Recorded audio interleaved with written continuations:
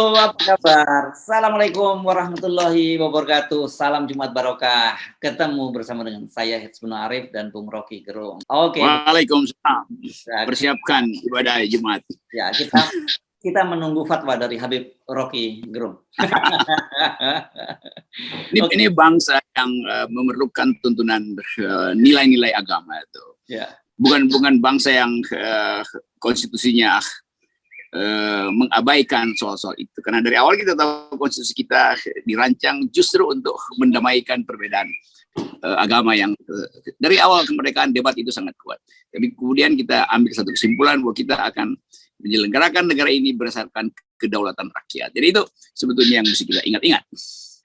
Iya, oke, Bung Rocky. Jadi memang cuacanya saya lihat di tempat Anda cerah ya.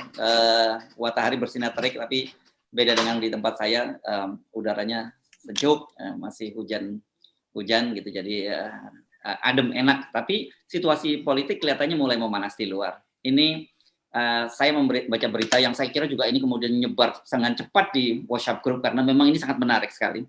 Ini ada bahwa Panglima TNI menyatakan laporan atas Kepala Staf Jenderal TNI Dudung Abdurrahman yang diduga melakukan penistaan agama. Ini dalam konteksnya konteksnya dulu yang menyatakan Tuhan itu bukan orang Arab. Ini yang dilaporkan oleh koalisi, ada yang melaporkan lah koalisi ya, ulama dan habaib atau siapa begitu, ke Puspom TNI dan Puspom TNI AD itu harus wajib ditindaklanjuti. Itu kata Panglima TNI. Ini bikin kaget. Ini seorang jenderal bintang 4 kepala staf yang diperiksa dan ternyata mereka sudah bekerja. TNI sudah bekerja. Senin kemarin katanya sudah dirapatkan, akan mereka yang melaporkan karena melalui tertulis dan diminta untuk bertemu, dan nanti setelah itu Kasat juga akan dipanggil dan diperiksa oleh Puspom TNI AD. Nah, saya kira ini akan menarik karena bagaimanapun ini pangkatnya bintang 4. Biasanya kalau bintang 4 ini kan perlu ada tim yang setidaknya pangkatnya selevel dia yang harus memeriksa. Ini kalau bawahannya agak berat ini, Bung Rocky. Ya, itu hal yang biasa saja sebetulnya. Jenderal Andika memastikan bahwa itu mesti diproses. Karena memang ada kegelisahan pada publik tuh. Dan bukan karena peristiwa itu Tuhan bukan orang Arab sebagai istilah. Tapi sebelumnya Jenderal Dudung ini kan banyak mengomentari soal-soal yang bukan tupoksinya tuh. Jadi akhirnya orang lihat algoritmanya. Ini mau kemana sih arah kepemimpinan Jenderal atau KSAD? Kita ingat misalnya zaman Orde Baru juga ada simbol kalau ada jenderal, kalau dia pakai jam di kanan itu artinya Pancasila. Kalau pakai jam di kiri, kan dulu ada begituan. Dan itu memecah sebetulnya konsentrasi bangsa ini untuk menghadapi keadaan yang bergejolak di Cina Selatan dan potensi kekerasan di kawasan. Jadi sekali lagi Pak Andika itu betul-betul profesional. Dia menganggap kalau ada sinyal bahwa itu bukan sekedar mengacaukan, melemahkan kondisi atau kohesi Angkatan Darat, itu harus dibuka apa sebetulnya masalahnya. Kenapa Pak Dudung terlalu banyak memakai istilah-istilah yang secara insinuatif itu orang bisa tafsirkan melecehkan. Orang bisa tafsirkan begitu. Nah, penafsiran itu yang membawa sebagian orang melaporkan Pak Dudung. Dan Jenderal Andika sebagai Panglima tentu mesti membaca keadaan di dalam masyarakat kan. Bahwa nanti akan ada disiplin, ada soal persidangan etis segala macam. Itu soal teknis Angkatan Darat. Tetapi Jenderal Panglima sudah membaca bahwa ini bisa menimbulkan keresahan. Sama seperti Kapolri membaca Adi Mulyadi bisa menimbulkan keresahan, maka diambillah kasusnya ke Polri itu dari Polda sebetulnya. Jadi ini hal-hal yang akhirnya orang melihat, oke, bikin semacam kesepakatan bahwa setiap ada gejala yang mungkin menimbulkan keresahan, maka mesti diambil langkah hukum. Walaupun sebetulnya terlalu banyak hal yang membuat kita nanti pusing setiap kali ada langkah hukum semacam ini. Itu. Tapi ya apa konsekuensinya begitu kan, orang akan menagih keadilan itu. Ya. Kalau Edi Mulyadi itu arteria begitu, Hutahean begitu, ya Dudung juga sama juga kan. Sebagai warga negara dia juga harus bertanggung jawab atas ucapannya tuh. Jadi soal-soal begitu, ya. Anggap aja ini kita lagi bermain narasi lah. Ya, sepakat. Kita mesti kasih garis merah bahwa FNN tidak dalam posisi mendukung saling melaporkan gitu kalau hanya keselio lidah. Kecuali yang ada intensi, ya, ada yang niatan kan bisa dilihat, dan orang niat dengan orang yang cuma keselio lidah itu kan bisa dibedakan gitu. Kalau dikit-dikit lapor memang, aduh, saya membayangkan bangsa ini kapan tenangnya gitu ya. Jadi kalau semuanya dilaporin, ntar lawyernya habis karena perkara tuh numpuk. Polisi juga nggak mampu lagi atasi itu. Jadi kita balik lagi, ada perintah ke Panglima ABRI untuk membahas soal ini secara serius. Dan perintah itu bukan pada penduduk, tapi pada publik, supaya publik mengerti, oke, Angkatan TNI itu profesional di dalam menangani soal itu bagusnya. Langsung Panglima memberi komen. Ya, sepakat saya kira. Apapun hasilnya itu lain soal lagi, tapi harus ada langkah-langkah yang dilakukan. Ini setidaknya memberikan semacam sinyal kepada publik bahwa kita tidak membeda-bedakan. Bahkan seorang kepala staf TNI Angkatan Darat bintang 4 pun kami periksa. Itu saya kira strong message gitu, pesan yang sangat kuat yang sampai pada publik ya. Lepas apapun hasilnya nanti gitu. Ya, kadang-kadang saya juga ketawa ada yang komentar, nah kena lu dong. Padahal sebetulnya orangnya mungkin juga senang. Nah, itu kemarin sih turun-turunin baliho. Tapi ini juga pembicaraan biasanya di masyarakat. Lu kena sekarang ya. Dia jangan lagi dilaporin orang yang ngeledek Pak Dudung. Dia juga cuma mau seneng-seneng aja berkomentar. Jadi kita biasakan, kita bercakap-cakap sebagai orang yang nggak perlu ada batas-batas yang ketat sehingga tiba-tiba mesti diatur tata bahasanya, narasinya dipilih, diksinya harus segini. Kalau nggak, ITE menunggu tuh. Jadi kita biasakan bahwa negeri ini diatur dari awal untuk tempat bercengkrama sebetulnya tuh. Nah, kalau itu menyangkut disiplin, ya pasti ada etik di dalam Angkatan TNI. Bahwa KSAD seharusnya tidak mengomentari hal-hal yang bukan tupoksinya tuh. Itu begitu kan. Nah, akibatnya itu saya menjadi ingat ini ketika kemarin Pak Dudung menyampaikan sesuatu yang seharusnya memang itu betul sesuai dengan tupoksinya, ketika ada 3 orang prajurit TNI di Papua yang tewas ditembak oleh OPM, dan kemudian Pak Dudung menyatakan bahwa saya tidak bisa mengejar OPM karena itu bukan tupoksi dia. Ini orang dipersoalkan lah, kenapa bisa nurunin baliho kan gitu. Padahal sebenarnya apa yang disebut oleh Pak Dudung itu betul.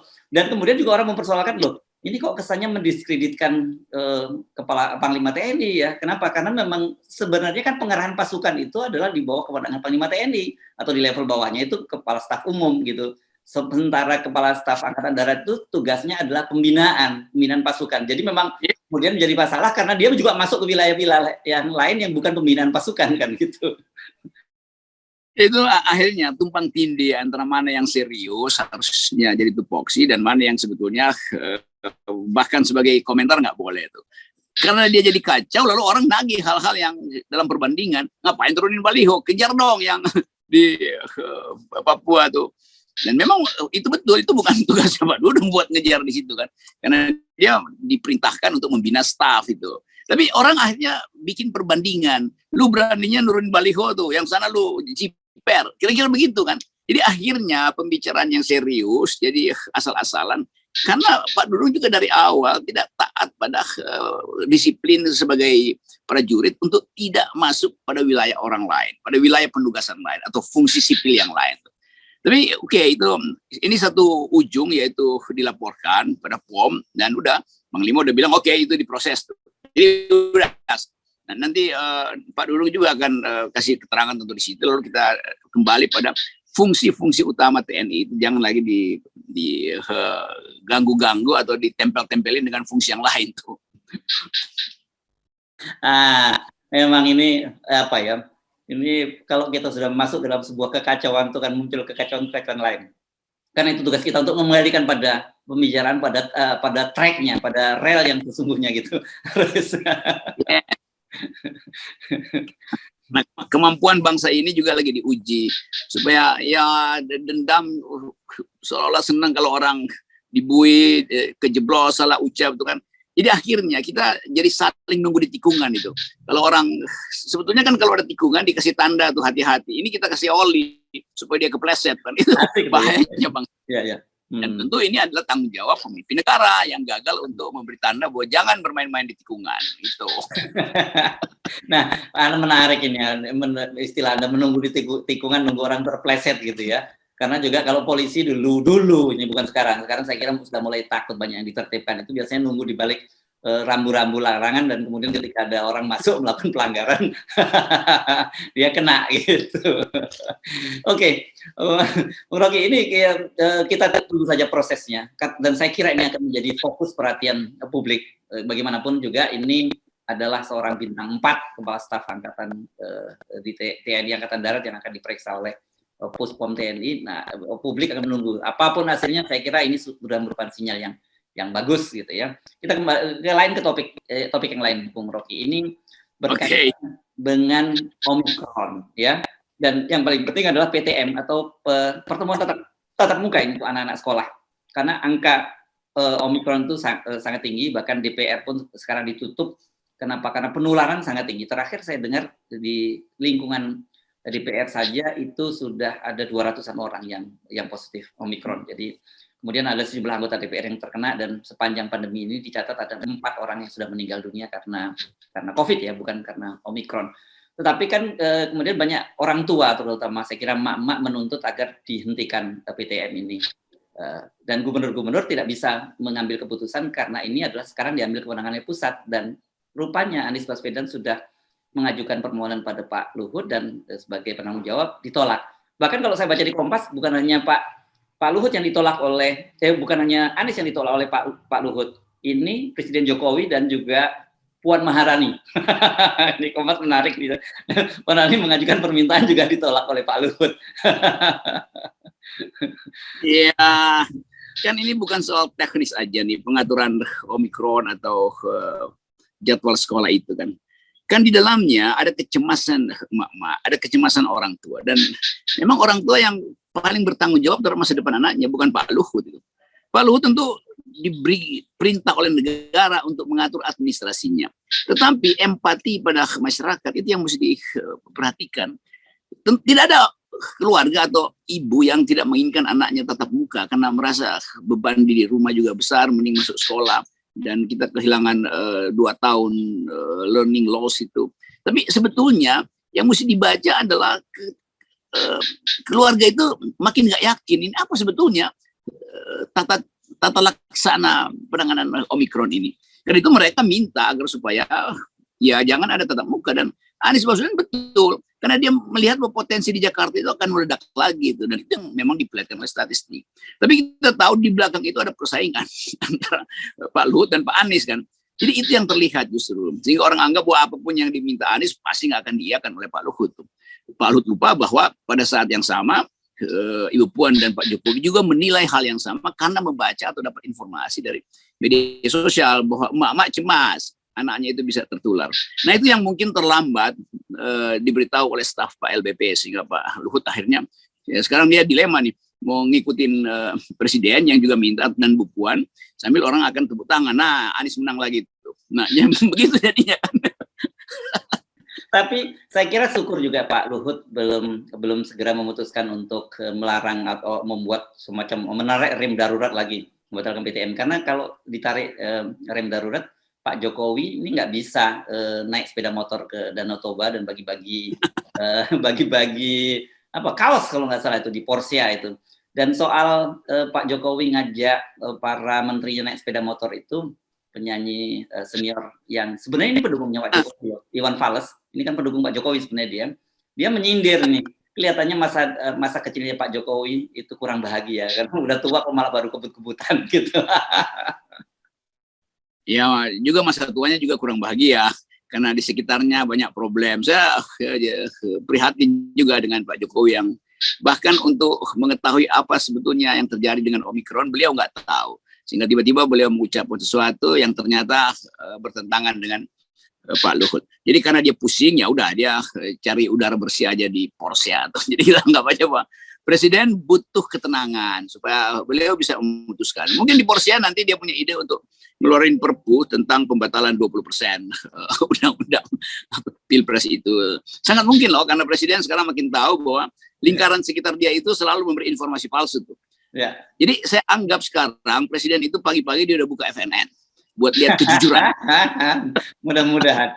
Oke, Bung Rocky terima kasih. Tapi saya kira bagi Anda yang sedikit cermat, pasti Anda tadi mengikuti sepanjang perbincangan Bung Rocky itu ada suara kodok itu sedang bernyanyi. Saya kira di kolam di depan rumah Bung Rocky ini, dan dia nyanyinya kodok ini kan menunjukkan kegembiraan sebenarnya Bung Rocky ya. Apa kira-kira sinyal alamnya ini Bung Rocky? Itu kodoknya lagi ngikuti lagu Iwan Fals, bento, bento, bento. Oke, terima kasih Bung Rocky. Salam 0%.